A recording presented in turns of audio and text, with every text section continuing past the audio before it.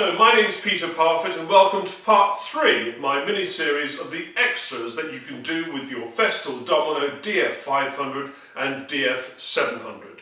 And in this part I'm going to talk to you about extra wide dominoes, how you make them and how you use them in projects like this garden gate which I've been making. In part 1 you would have learnt how to make this simple jig which I've used for all of the projects in this series.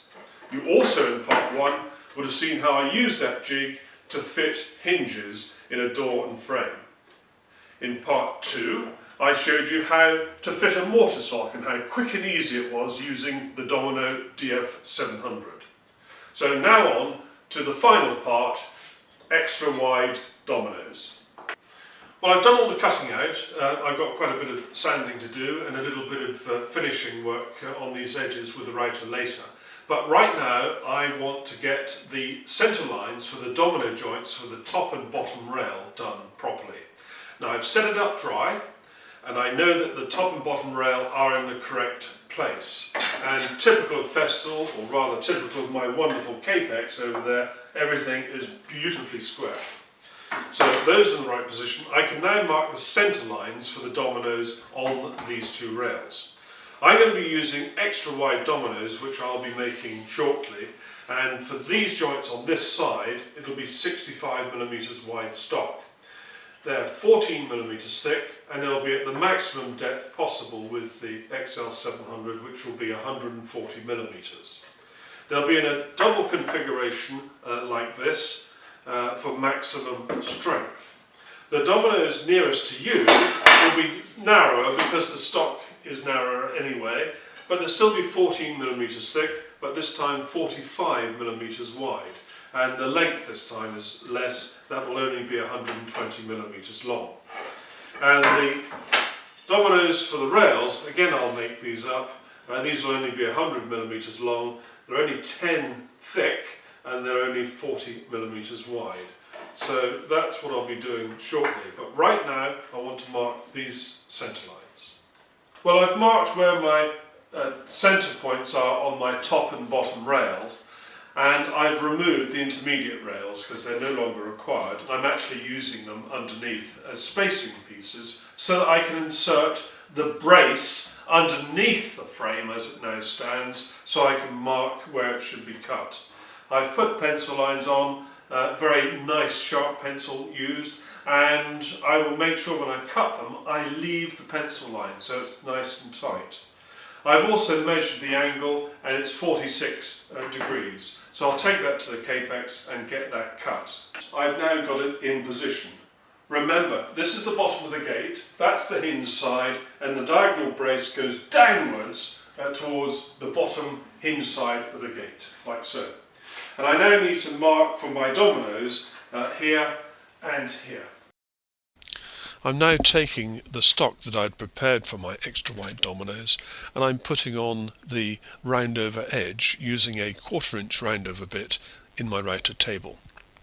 At this stage I didn't realise that making dominoes of the exact size as the holes in which they are to be placed was a mistake, particularly with extra long and extra wide dominoes. In future I'd allow a clearance of at least 1/2 millimetre so that my dominoes were slightly smaller than the slots into which they're going to fit. Now, positioning this jig, it's very straightforward. Find the centre line which you've marked during the setting up process. Line that up with the centre line there on the jig, and then make sure it's flush across the front here, and that's good. And away we go. Let's do a cut.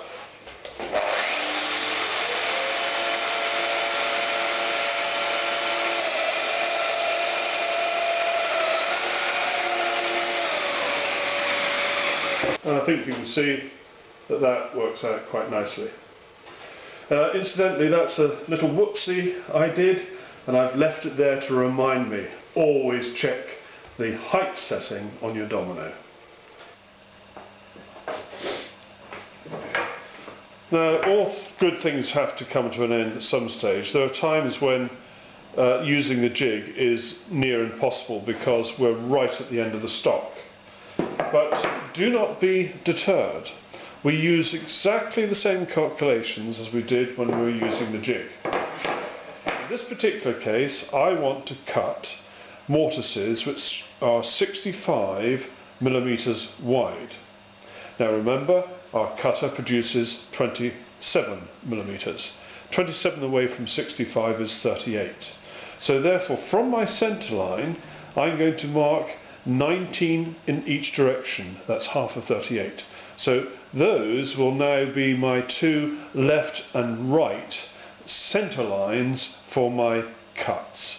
And I only have to line up the crosshair on the domino, on the left hand one do a cut, and then on the right hand one do a cut. If there's any material left between, then do one in the centre. Right, now I've got two diagrams here. The one at the top represents us using the jig on our workpiece, which is just below it. And what I've shown there are the two distances D, which are the distances that we measure in order to set the jig up. And you've seen that done in the film. And the calculation is done very simply. You take the width of a standard domino slot for whatever size domino you've got fitted, and you measure that from your reference block. You take that away from the total width of the slot you want to create. Whatever that figure is, you divide that by 2, and that gives you the distance D, which you use to set the jig. And then you just plough it with your domino from the left-hand stop to the right-hand stop. Fine. If you don't have the jig or can't use it for whatever reason, you then look at the lower diagram, you draw your centre line on your workpiece wherever you want the new wide slot to go, and you do the same calculation. You take the width of the standard domino slot away from the total width you want to create, and whatever that figure is, you divide that by 2, and then you mark the two lines, the one on the left and the one on the right of the centre line. And those then represent the limit of travel to the left and to the right of that centre line that you do with your domino. And we're doing that judgment based on the centre line on the domino itself. So the left-hand cut, the centre line on the domino would be lined up with the left-hand line. The right-hand extent of the cut would be when the centre line of the domino is lined up with the right-hand side. And that's as simple as it comes. Dead easy. And that's true for all jigs. And eventually I'll do a little video showing you how to do simple jigs for your router. And the calculations are exactly the same. You just need to know the diameter of your cutter and the diameter of the hole or the width of the slot you're trying to create, and you use the same calculation every single time. Well, thank you for watching this mini-series on the extras that you can do with your Festool dominoes. You've seen how easy it is to make a simple jig like this, and how in turn that jig makes the fitting of hinges in doors and door frames so quick and simple. You've seen how the Domino DF700 can be used to very quickly fit mortise locks, and you've also seen the advantages of using extra wide dominoes that you make yourself in a project like this garden gate.